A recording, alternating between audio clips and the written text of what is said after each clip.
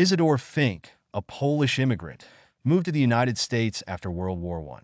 Settling in New York, he established a laundry business. On the evening of March 9, 1929, Fink, 30, unmarried and childless, returned to his apartment after delivering laundry to a customer. Living in a dangerous neighborhood, he locked his doors and windows as usual. That night, his neighbor, Lucan Smith, heard the sound of a struggle followed by gunshots coming from Fink's apartment.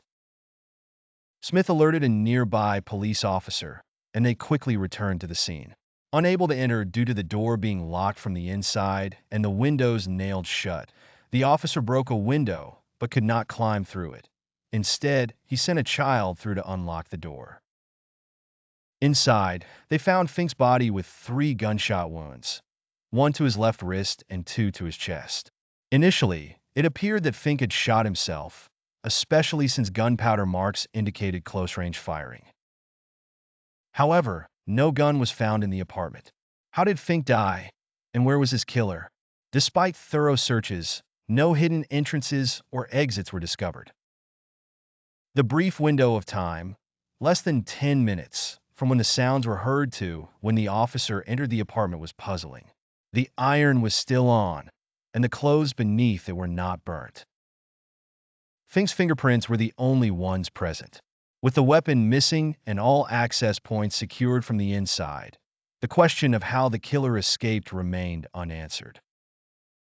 There was also no apparent motive, as none of Fink's belongings were taken. While suicide was considered, the lack of a firearm contradicted this theory. The coroner stated, "This man was murdered. The positioning of the body and the locations of the wounds indicate that he could not have done this to himself."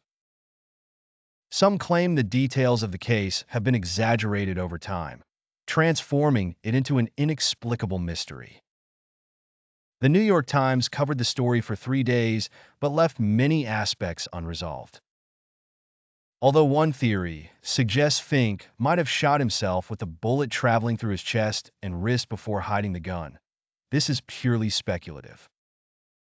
The case remains one of the most perplexing locked room mysteries studied by detectives and enthusiasts alike. How do you think Fink died? Was it suicide? Or was he murdered? Or has the story been distorted over time?